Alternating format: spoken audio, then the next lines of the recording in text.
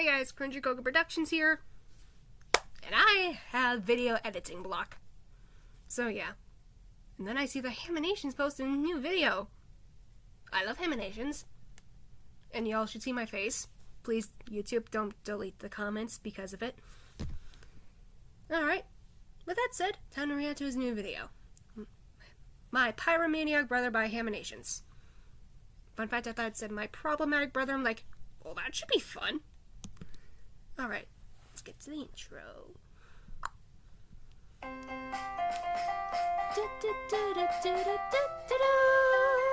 Haminations.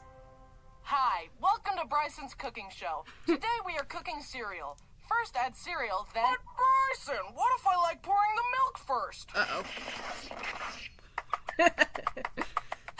As I was saying, first add cereal, then milk, and voila, we've got cereal. What? What? Wait, no. The gates of hell open wide to receive thy soul. Now submit thyself Jesus. to unending torment. No, please, I'm a good boy. You sure about that, Ham? Oh no. Bryson! Oh. It's not a Haminations video if he doesn't get beat up. Oh, please save me. Whoa! That's so cute.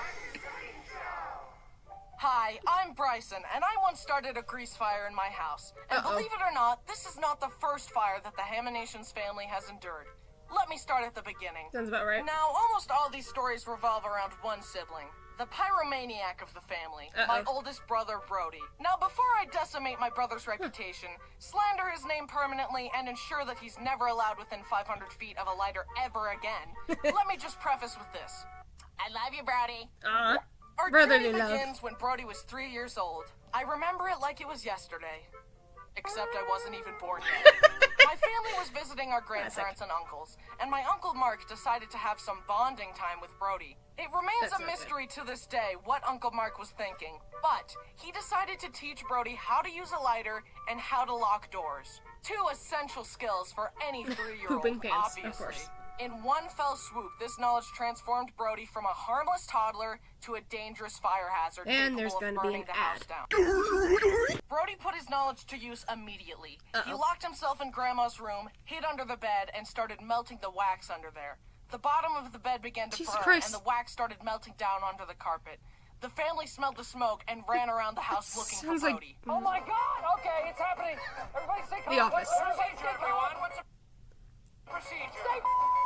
But the door was locked. When they finally got in, they saw Brody with a lighter in hand, standing next to a burning bed. They put the fire out quickly as Brody watched. Even though I wasn't there, I can imagine Brody grinning to himself. Because born inside him at that moment was a flame that would never go out. This was the beginning of a lifetime of pyromania. My parents were rightfully mad at Uncle Mark, and years later they got back at him. Uncle Mark's son was very young, and my parents were visiting. Hey, little guy, come here. I'm gonna teach you how to use a lighter. No! Skip it up and down. Does your family have a pyromaniac, or are you normal? My main goal is to blow up. The next incident happened 1 year later. Brody was 4, and I remember it like it was yesterday. Except I was still not born yet. Mom was outside the house talking to a friend, and Brody was inside unattended. He decided that he wanted a hot dog. He had seen our parents use the microwave before and thought, oh, I just need to put it in the microwave, hit a couple buttons, and hit start. So that's exactly what he did. But he unknowingly set it to over an hour. A while later, Mom's friend noticed smoke coming out of the windows in the house. Mom ran inside in a panic and found Brody with his hot dog. I tried to make a hot dog, but all I got was a piece of poop. The hot dog was reduced to a flaming carbon crisp, burnt to the very sounds like that wouldn't be and music. that's how my family house almost got burnt down by a hot dog. Then the next year, when Brody was 5, he got glasses. This time I remember it clearly. Except I still hadn't been born yet. Jesus, Once again, he was left unattended in the kitchen. Brody found a lighter, sat on the counter, and began lighting it over and over. You know, for entertainment. Then he thought, I wonder if my glasses are fireproof. He slowly began to raise the lighter closer and closer to his face. And the lens cracked. Oh, Jesus. What? What was that noise? Did you break your glasses? Yes. Jesus, that's scary. And that's just the tip of the iceberg, or fireberg. Brody in his teenage and adult life has regularly set paper towels on fire on the counter, started fires outside for no reason, and put tinfoil in the microwave. Of course. I'm not even joking. Hey, Brody, what are you cooking? And when Brody was 6, he had to be held on a leash whenever he would go out. Yeah, he was one of those kids. Oh, However, even the leash could not contain his chaotic nature, because somehow, in one day, Brody set off a car alarm, an elevator alarm, and an airport alarm. Oh my god. If you haven't figured it out yet, let me just spell it out for you. Brody was a menace to society. He's still a menace, but his wife keeps him in check. Most of the time. Most of the now, time. all these stories were about Brody, but this isn't Brody's channel. Now it's time to talk about how I started a fire. But at least it was an accident, unlike Brody, who set stuff on fire on purpose. Also, all Brody's stories happened when I was just an unborn soul vibing in the quantum abyss. I kinda miss it. Anyway, on to my grease fire story. This should be fun. At this point, I had finally been born, and I was about to start a family recipe with my roommate, Dallin. The chicken was defrosting, and it was almost ready. So I put some oil in a pot and set the stove on low to heat up and be ready for the chicken. At least I thought I did, but I accidentally put the heat on maximum overdrive. Shit. Then I got distracted talking to Dallin and forgot all about the chicken. After a while, the room suddenly started filling with smoke. I wonder what that could be. We looked and saw a plume of smoke coming from the pot. Jesus. As I ran over to try and fix my horrible mistake, the smoke caught fire and blazed forth an eerie orange glow. You're dead. I saw into hell in that moment, and the face of Satan stared back at me. Then, for an excruciating couple seconds, I sat there frozen, wondering what to do. Have you heard the term fight or flight? Yeah. Well, there's actually a third option, freeze. And my brain chose I am freeze. Dallin saw that I was paralyzed and quickly jumped into action. He grabbed a bowl and carefully covered the pot and extinguished the flame. Good roommate. I was so embarrassed that my big, strong roommate had to save me. I very gingerly helped get rid of the smoke by opening the windows. I cooled and cleaned the pot and very carefully finished the recipe. So good and tasty? I also apologized profusely to Dallin, who insisted that it wasn't a big deal.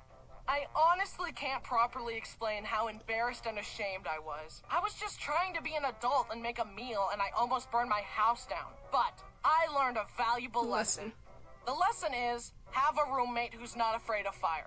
I will be more careful in the future, and hopefully next time I won't freeze. To end things off, I want to encourage you all to be careful and cautious when cooking, because you could literally die. Also, stay away from Brody or he will burn down your house. No. Fortunately, fire won't be an issue for me, because since my fire incident, I have mastered waterbending. And I've mastered firebending. Don't do this, Brody. The battle goes on. Don't challenge me. It won't end well. Bring it on, baby.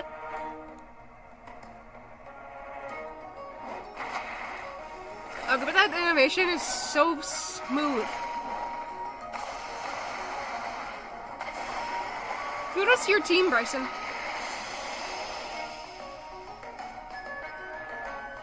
Kudos to your team, Bryson.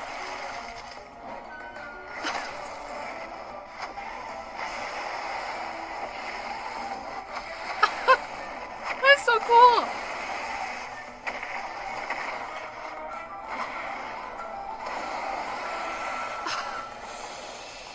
Petition to get Bryson to be the next Avatar.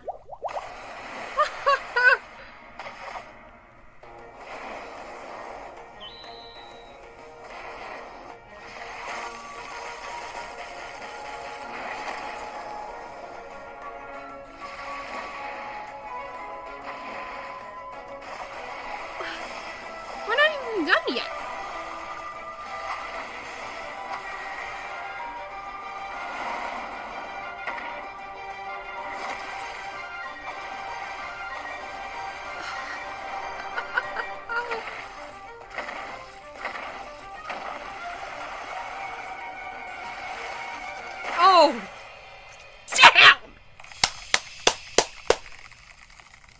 Freddy. I'm sparing you, brother. I'm letting you go in the name of our past friendship. But I warn you, even a single step out of line will result in your permanent end. Permanent end, okay. Uh-oh. Racing wins. Whatever, this game sucks anyway. You're just mad because you lost. Maybe, but at least my house isn't on fire. Hi, thanks for watching. Wasn't that fight scene amazing? Yeah. My team did a fantastic job animating it. Thanks to Rushlight Invader and Aroa for storyboarding it, and thanks to my brother Brody for making the music for the fight. His wife played the flute for it as well. Links for them and the rest of my amazing team are down below. Awesome. If you want to support me and the team to keep making these videos, please consider supporting me on Patreon. Link below. Also, I had a blast at VidCon. Thanks to everyone who came up and said hi at my meet and greets and came to my panels. It was a blast. Your support puts me in this position, and it's a dream come true, so thank you so much. I really appreciate your guys' love and support. Thanks for everything, and goodbye forever. Logic Hamination. So yeah, that was cough and throat. That was Hamination's newest video. I like it. Alright. Well, I guess that's the end of this reaction video. If I do more of these, I'll let you know. Okay. Stay weird. Bye!